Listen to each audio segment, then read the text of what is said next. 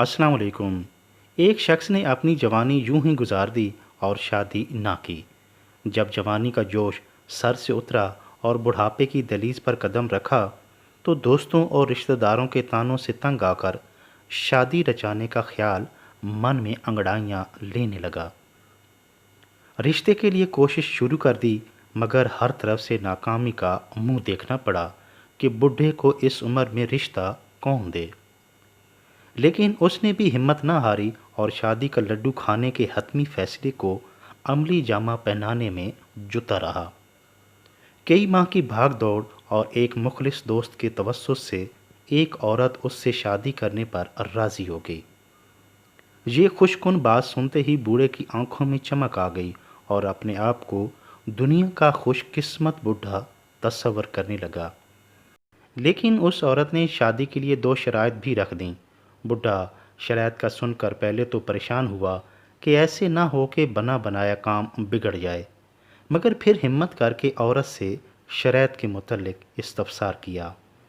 عورت دائیں رخسار سے بالوں کی خوبصورت لٹ ہٹاتے ہوئے شان بے نیازی سے بولی، مجھ سے شادی کرنے سے پہلے 2 شرائط کا اقرار کرنا ہوگا اور ساری زندگی ان پر کاربند رہنا پڑے گا۔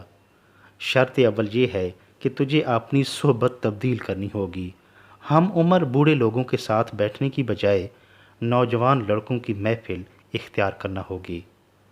دوسری شرط یہ ہے کہ شام ہوتے ہی گھر کا داخلی دروازہ بند ہو جائے گا، تجھے دیوار پھلانگ کر گھر میں داخل ہونا ہوگا۔ یہ دونوں شرائط سن کر بوڑھے کے چہرے پر خوشی کے اثرات پھیل گئے اور اس کی جان میں جان آ گئی کہ ان آسان شرائط پر عمل کرنا کوئی اتنا مشکل کام نہیں۔ آخر شریک حیات کی بات ماننا تو پڑے گی۔ بوڑھے نے دونوں شرائط قبول کر لیں اور یوں اس عورت کو بیاہ کر اپنے گھر لے آیا۔ بوڑھے کی تو جیسے دنیا ہی بدل گئی ہو، وہ سوچ ہی نہیں سکتا تھا کہ بیوی کے آنے سے زندگی میں بہار آ جائے گی۔ اب اسے محسوس ہوا کہ گویا پہلے شادی نہ کر کے اس نے اپنی جوانی اور عمر کے قیمتی حصے کو تباہ کر لیا ہو۔ اس نے اپنی خوبصورت جوانی کو تاریکی میں گزارا ہو۔ زندگی میں لطف اور روشنی تو شریک حیات کے دم سے آئی ہے۔ وہ چند لمحے افسوس اور خوشی کی ملی جلی کیفیت میں ڈوبا رہا۔ بالآخر اس نے ماضی کی یادوں سے جان چھڑائی اور نئی نویلی دلہن کے قریب آ بیٹھا، جو کہ ابھی تک گہری نیند کے مزے لے رہی تھی۔ اس کا تاباں چہرہ اور خوبصورت بال دیکھتے ہوئے بوڑھے کی انگ انگ میں محبت بھرے جذبات کی لہر دوڑ گئی اور دل ہی دل میں کہنے لگا، دیر آید درست آید۔ ابھی وہ انہی خوبصورت خیالوں میں محو تھا کہ سوئی ہوئی بیوی نے پانسا پلٹا اور ایک دل آویز انگڑائی لیتے ہوئے دوسری سمت منہ کر کے سو گئی۔ دلہن کی انگڑائی کا یہ خوبصورت منظر بوڑھے کے دل و دماغ میں یوں پیوست ہو گیا کہ جیسے جنت کی حور نے اپنا پہلو بدل کر ایک ہلچل مچا دی ہو۔ بوڑھا یہ منظر دیکھ کر فوراً بول اٹھا، وجود زن سے ہے تصویر کائنات میں رنگ۔ دونوں میاں بیوی ہنسی خوشی زندگی گزارنے لگے۔ بوڑھے نے اپنی خوبصورت بیوی کی شرائط پر منو عن عمل کیا۔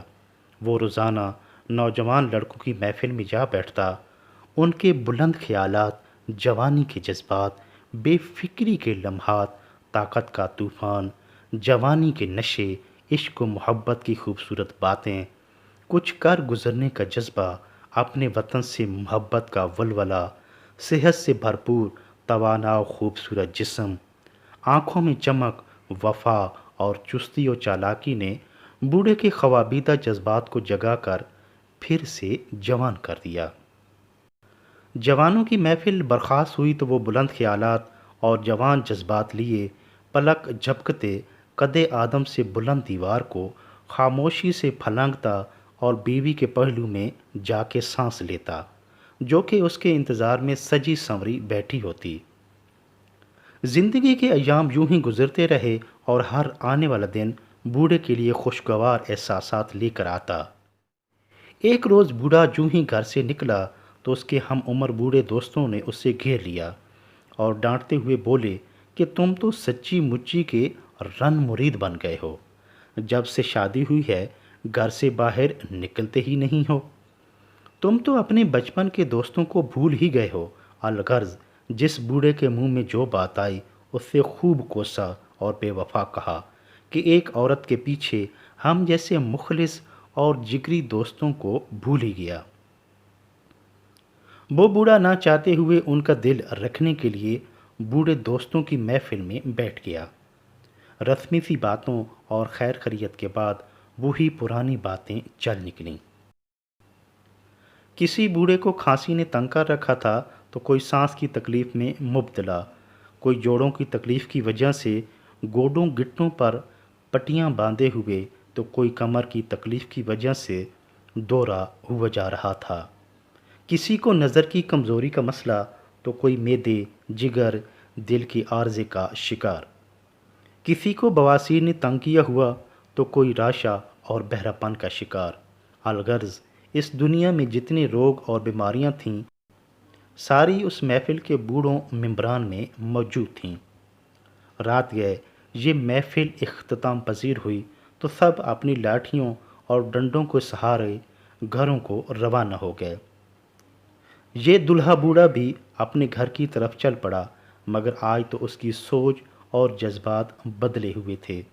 وہ یوں محسوس کر رہا تھا کہ دنیا جہان کی ساری بیماریاں اسے لگ چکی ہیں۔